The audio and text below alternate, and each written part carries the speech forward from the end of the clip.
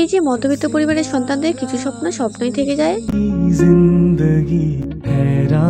তো হাই, আমি রিঙ্কু। আমার নতুন একটি ভিডিওতে তোমাদের অসংখ্য অভ্যর্থনা ও শুভকামন রইল। আজকের দিনটাই যেন এক আলাদা অনুভূতি ঘিরে রয়েছে, কারণ আজকে যাচ্ছি প্রথম কলেজে ক্লাস করতে। তার জন্য তো সকাল সকাল স্নান করে ঠাকুরকে পূজা দিয়ে রেডি হয়ে নিয়েছি। আর সত্যি বলতে আমার কলেজ পড়ার কোনো ইচ্ছাই নেই। এর কারণটা কি জানো, আমি আমার নিজের পছন্দের সাবজেক্টে নিতে পারি না। অনেক ছোটবেলা থেকে স্বপ্ন ছিল যে বড় হয়ে আমি ভূগোল অনার্স নিয়ে পড়বো, কিন্তু অনার্স আসা সত্ত্বেও সেটা আমি নিতে পারি না। এর কারণটা কি জানো, আমি একজন মধ্যবিত্ত পরিবারের সন্তান। সবকিছু সবসময় সার্থক করার ক্ষমতা আমার নেই। আর যারা আমার মতো মধ্যবিত্ত পরিবার থেকে বিলং করে তারা হয়তো আমার ব্যাপারটা বুঝতে পারবে। তবে পছন্দের সাবজেক্ট নিয়ে পড়তে পারছি না জন্য যে আমার মা বাবার প্রতি কোনো অভিযোগ থাকবে সেটা একদমই নয়। আমার মা বাবার প্রতি আমার কোনো অভিযোগ নেই, কারণ আমার মা বাবা ছোটবেলা থেকে আমাকে যা দিয়েছে এবং এখনো যা দিচ্ছে সেটাই আমার কাছে অনেক। আমার মতো অনেকেই তা পায় না। তো ছাড়ো, এই সব যে সাবজেক্ট গুলো নিয়েছি ওগুলোই এখন আমাকে মেনে নিতে হবে। আর আজকে কলেজে গেলাম বেকার ফালতু একবারে টাকা খরচা করার জন্য। প্রথমে দেখে নাকি ক্লাস হবে, তারপর তো আর কিছুই হলো না।